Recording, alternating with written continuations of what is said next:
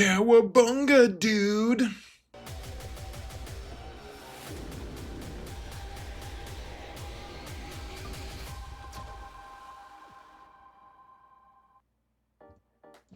Hello everyone, and welcome to another episode of Zareth Prevails. Today, we've got all the info to help you also prevail. You can be random person prevails yourself today because of this video. You are welcome. And thanks to my patrons, you guys are awesome. Thank you so much for your support, guys. I couldn't do this without you. Thank you. For real. And if you want to support this channel for free, folks, then mount the friggin' algorithm, please. Please. Thank you. Let's move right along here, shall we? So, best counters to things. I think we've got 6 teams that we're going to talk about today, and we're just going to look at the stats. This is a tricky season because there's some teams that are really strong, and we don't know where all the different characters should go and what we should use to beat them. We also, in some ways, have an overabundance of teams available to take out other teams. Now, one thing that I thought was really interesting was the Nightsisters team. A lot of people are keeping them for offense to kill like Queen Amidala, which is fine. That's a worthy pursuit, of course, if you want to pursue such a thing. But if you put them on defense, so part of the reason people are putting them on keeping them for offense is because they're so easy to beat with Malgus. However, I did find one comp with a decent sample size, and this is all Kyber 1, so it's not. I don't know if I had Kyber 1 selected for this one. Actually, at some point I did click Kyber 1, but I thought this was interesting. If you take Spirit out, which is kind of counter to what a lot of people think, and then throw Zombie in there, very few people have actually tried to fight this comp. But if you put Zombie and Marin in there with Dark Death Trooper Peridia, the Malgus team actually kind of struggles against it. I thought that was interesting. Like, it's not like 68% against a team that's not a Galactic Legend is honestly a really good defense percentage. Even though you typically lose that, 2/3 of the time you lose it, it's still a pretty good defensive squad. So that's what I'm gonna try putting down. Like, Malgus is what killed me and my Nightsisters team every time last week. And I think if you're putting the traditional like double Peridia or whatever, double Zombie Trooper Nightsister squad on defense, I think that you should just keep them for offense instead, because Malgus does just punch your ticket every time. And tickets aren't made to be punched, folks. Or are they? We're not sure. Other Nightsisters are fine with their tickets getting punched. They'll be like, we'll be back. And these Peridia ones are like, we won't. We won't be back. The rules say we can't be back, so we're not gonna be. So there was not much data though, other than Malgus trying to beat that one comp. There's not many instances of that comp being beaten by anything, but fought by anything. So we're not using that team for the metrics for anything else, but I did think this was interesting. Bo-Katan, I thought was a higher win rate than this, but 82%, even with Beskar Mando on the team. Inquisition beat this team really consistently, and then Traya beats it as well. And then, of course, a lot of like Galactic Legends and stuff beat it, but this team is still decent on defense if you can avoid all these other teams, which I guess is a tricky proposition.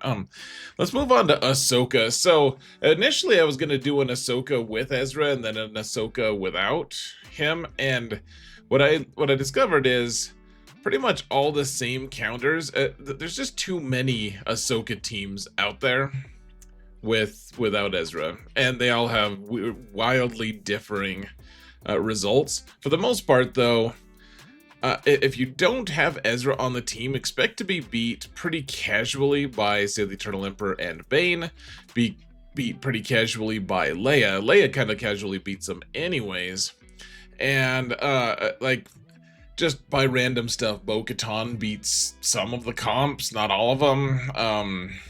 Supreme Leader Kylo wins quite a bit. Now, the thing I think is that's more interesting to look at here, folks. So if you put Ahsoka down, by the way, she's typically going to draw a pretty good team as long as you have something that beats the Veer's Magma Trooper Magna Trooper, whatever his name is, cheese team.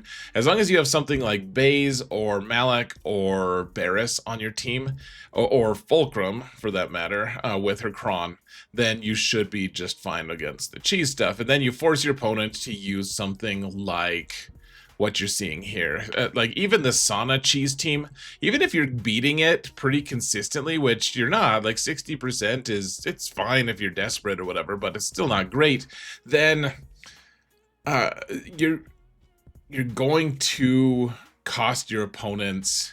Well, so even if you are consistently beating it, it's not great. Look at the average banners first. Like, you're not getting many banners, right? Like, the average banners is terrible on that for those wins. Sure, if you want to get a really cheap win, that's great. That's fine. Go ahead and do that. But otherwise, you're still forcing people to use a Galactic Legend. They're just winning at a really high rate when they use said Galactic Legends. Now, the only teams that are really consistently beating her on any level, by any stretch, are the ones that you guys see. And so what we're looking at here, every other counter here is with Fulcrum and without Fulcrum. I guess the opposite of that, though. Like the top version is without Fulcrum, and the bottom is without. So one interesting thing I found as well, folks, is typically if a team has to choose between Padawan Sabine and Huyang, Huyang is almost universally better on the team than Sabine. So that's interesting. If you want to put a team together, I'm not saying it's just going to get a super high win rate, but Huyang is just better than Sabine in most of these. And then Hera is like the default best choice as well beyond that. So anyways, so Leia just wins most of these unless you put Fulcrum and Ezra down, in which case Leia still wins most of the fights, but it's at a lower win rate for sure.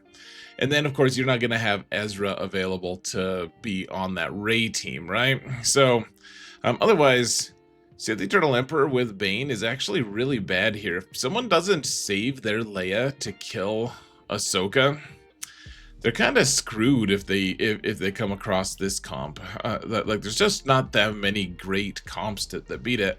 Interestingly, and I know my face is blocking it, but Supreme Leader Kylo with Darkside Rey, with pointy teeth herself, it actually does significantly better, albeit with a smaller sample size. It does better against Fulcrum than comps without Fulcrum. I just thought that was interesting. So go do what you want with this. You know, the Baylan teams that can counter this are also just wildly different. It's just a wild time, folks. Typically, just use Leia if you can, or if you don't have Leia, use Supreme Leader Kylo. That's basically the advice I can give for that. So how do you beat Supreme Leader Kylo? With pointy teeth Rey. Interestingly, to me at least, Jedi Master Kenobi is beating this at a high rate, and every instance of a successful team beating this Supreme Leader Kylo is going to usually have Padme on it, which I thought was interesting. And then Mace actually makes that team better than General Kenobi. So I thought those two things were pretty interesting. There's not a huge crazy sample size using the characters that I wanted to use. A lot of people are keeping this team for offense. People are putting on defense. I think the biggest, the most interesting thing I saw was Bane beats this at a really high rate. You want to use a bad Sith character so that they die quickly. I did the one with Sith Empire Trooper, thinking, oh yeah, he tends to be better against most things. I think Sith Empire Trooper tends to be like the default choice for Bane, but you want Dooku to die really early on. So Go ahead and die, Dooku. You're Relic 8, because you're required for what? Relic 8 for Lord Vader or something. And then your Bane is going to win. So, otherwise, if your opponent doesn't have Bane available for one reason or another, then there's not a ton of really wonderful counters to Supreme Leader Kylo, other than Jedi Master Kenobi. Kenobi, though, doesn't have a huge sample size. You want to use Mace when when Mace is available. Here's another interesting thing. So Jedi Master Luke, who I've personally kept on offense so that he can go forth and slay Supreme Leader Kylo, and people are like swear up and down, and they shouldn't be swearing. It's not okay. It's not polite. They swear up and down that Jedi Master Luke can beat Kylo fairly easily, fairly consistently, and it's like a 23% win rate. The best version of that team is like a 23% win rate. Now, this is way smaller sample size, but I thought this was really interesting. Using Jedi Revan lead instead looks like it may end up being a higher win rate. Now, it's only 3 battles, and I think there was one other instance where it was Jedi Revan lead with Jedi Master Luke, and it had 3 battles as well with the same win rate against a slightly different Supreme Leader Kylo comp with Pointy Teeth Rey. Now, just go forth and try it, folks. I have no idea, no clue if this is going to be like a consistent thing, if we can like somehow morph it into beating Kylo consistently. I mean, the old version of Jedi Revan, where you could just use Jedi Revan and like Watt and just didn't even have to use Jedi Master Luke, that had a decently high win rate back in the day. Of course, Pointy Teeth Rey changes things, and that's why Kylo's back on defense again. But it's interesting to me, folks. Also, not many people used Leia to beat Supreme Leader Kylo, but when they did, they lost the majority of the time. So Kylo doesn't have a ton of counters, just basically Bane and Jedi Master Kenobi. Oh, also, it was interesting to see the Kylo mirror match is not very effective. Like, people lose that one a lot. So Rey with Ezra, this is the only real interesting one, because once Ezra's gone, the win rates kind of skyrocket. So Leia once again beats this team, just destroys it. And of course, Leia now has we've just started incorporating the high grade fish team to it with Adrad and Jin. But when they're on there, they win at a pretty high win rate. That's and then Supreme Leader Kylo also beats this pretty consistently. And versions with Nest, I thought Nest was going to be a higher win rate, and she can be sometimes, and it was just going to get really confusing adding Nest in here and there. Typically, either people replace Cal or Jedi Master, whatever, General Kenobi with Nest, and Nest can mess with a few different comps, but for the most part, Nest actually doesn't add too much to the win rate or the defend rate, or so I removed her. Unfortunately, I don't know what to do with her, frankly, right now. But Seer with Malicos, it's weird. In 3s, we started doing the Seer Malicos Star Killer every time, and now that's just kind of what it's become at this time as well. Even in 5s, even though Star Killer doesn't get a ton of his bonuses and stuff because he doesn't have Sith on the team, and the other like Jedi, I guess. Even though he doesn't have those, he still boosts the team in significant and substantial ways, and his win rate against Rey is this is the best version of Rey against Seer Malicos. Seer Malicos can win this fight against almost every other Rey comp at a way higher rate. So at the very least, Rey is kind of keeping that Seer Malicos team at bay a little bit. Forcing your opponent to use a Galactic Legend against Rey is honestly, that's kind of the pinnacle, right? Like, that's what you're always hoping for with Rey. You don't want someone to get a cheap win against her, and even though Seer Malicos with Starkiller isn't precisely cheap, it's still It's still a non-galactic legend, right? So, anyways, so Baylan is really interesting on defense. I really didn't think he was going to have this high of a defense rate, but especially with Kira on the team as the 5th. Like Hondo is kind of always slotted into the 4th, but Kira, instead of L3, you don't want L3 as one of the defenders. For whatever reason, Kira skyrockets the win rates or the defend rates. So like Inquisition, don't do that well. Jedi Master Luke, also, people swear up and down about this one too. They like to swear about old man Luke, which is kind of fun because he probably likes to swear as well. He's this person, he really, I like to swear about that movie he's in, actually. So, anyways, interestingly, people swear up and down. He's going to destroy Baylan. It's very smooth, in fact. And people tell me this on my streams all the time, and it's just not that true. In fact, it's half the time he loses. Gun guns are another one. People are like, dude, gun guns are the easy, obvious counter. They think I'm dumb for not using gun guns. And sure, they'll win sometimes, but at the Kyber 1 level against people with actually good relics and mods, it's not that consistent. 2/3 of the time, I would not say is a good counter. Supreme Leader Kylo wins this pretty consistently, it looks like. Bane with Sith Assassin wins this one less than I thought. 83% is not... That's dicey, folks. That's dicey. You could lose your Bane for no gain.